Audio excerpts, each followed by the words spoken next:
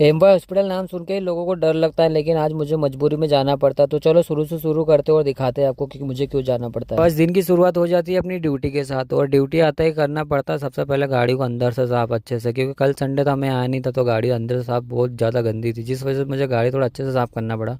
गाड़ी साफ करते बंसी आ जाता है और बोलता है कि आज मैडम नहीं जाएंगे, मैडम की जगह मुझे लेके जाना पड़ेगा। मैंने पूछा कहाँ जाना था, बोलता मुझे शॉपिंग कराने ले चल। मैंने बोला चलो भैया, तो भैया को लेकर मैं निकल जाता हूँ। लेकिन भैया का तो वो सब मजाक था, मैं जा रहा हूँ मैडम को लेकर मैं छोड़ देता पहले मासी छोड़ने के बाद मैं चले जाता हूँ अगले काम के लिए। तो अगले काम के लिए मुझे जाना था सीधा वर्ल्ड कप चौराहे के लिए।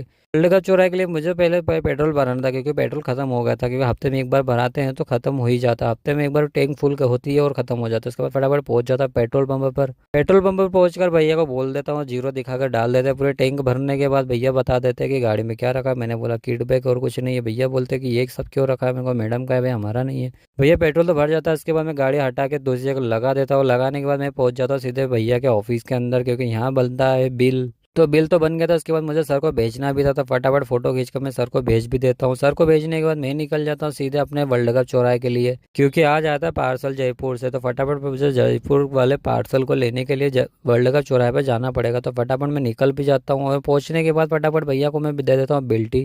बिल्टी देने के बाद भैया मांगते 10 का नोट, तो 10 का नोट देकर मैं निकल जाता हूँ सीधा पार्सल लेके अपने वो अगले काम के लिए मुझे जाना था सीधा मैडम को लेने के लिए। तो मैडम को लेने के बाद मैं जाता हूँ रास्ते में, तो लेकिन फंस जाता हूँ ट्रैफिक में। लेकिन ट्रैफिक में इतना फंस जाता कि मुझे क्या पता था कि इतना ट्रैफिक इस साइड पर मिलेगा, क्योंकि आज है नवरात्रि। तो नवरात्रि का पहला दिन है, तो माता जी की मूर्तियाँ हर कोई लेकर जा रहा था अपने भाई बंधु, जिस वजह से थोड़ा ट्रैफिक का सामना भी करना पड़ा। लेकिन मैं ट्रैफिक से बचने के लिए शॉर्टकट मारता हूँ कि मैं चले जाता हूँ सीधा एमवाई वाले रास्ते के अंदर से, क्योंकि मुझे पता है कि अंदर वाले रास्ते से जाऊँगा तो मुझे थोड़ा खाली मिलेगा। अम्बे वाले रास्ते के अंदर घुसते ही मिल जाता है मुझे थोड़ा सा ट्रैफिक, क्योंकि यहाँ इतना ज़्यादा ट्रैफिक नहीं था। लेकिन अंदर मुझे बहुत अच्छा लगता है कि भैया चलो बचे ट्रैफिक से, क्योंकि अंदर पूरा खाली रोड मिलता है।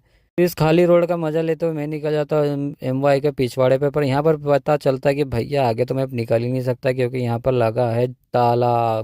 तो गेट को तो ताला लगा है, जिस वजह से मुझे वापस ही उसी रास्ते से जाना पड़ेगा जिस रास्ते से मैं बचना चाहता था, क्योंकि उस रास्ते पे इतना ट्रैफिक है कि जहाँ मुझे 1 घंटा भी लग सकता था। अब कुछ भी नहीं हो सकता, मुझे यू टर्न मार के वापस जाना पड़ेगा सीधे उसी रास्ते से जिस रास्ते से मैं बचना चाहता था। तो भैया मैं पहुंच जाता सीधा गीता भवन वाले रास्ते पर, क्योंकि ये रास्ता यहीं पर इतना ट्रैफिक लगा था। इसी ट्रैफिक को डर के मारे मैंने अंदर ली थी गाड़ी। लेकिन अब कुछ नहीं हो सकता, किस्मत जैसा चाहेगी वैसा ही हो पाए। उसके बाद आ जाती तेज वाली बारिश। भैया इतनी बारिश अचानक आती है, समझ में नहीं आता। और भैया लोग कुछ मूर्ति लेकर जाए थे, जिनको भी थोड़ी परेशानी का सामना करना पड़ा। उसके बाद भैया मैडम का भी फ़ोन आ जाता है फटाफट, तो मुझे बनाना पड़ता गाड़ी को रॉकेट। तो फटाफट गाड़ी को रॉकेट तो बनाना चाहा, लेकिन हो नहीं पाया, क्योंकि ट्रैफिक इतना था और बारिश इतनी तेज़ आ रही थी। तो मैं तो गाड़ी को आराम से ही चला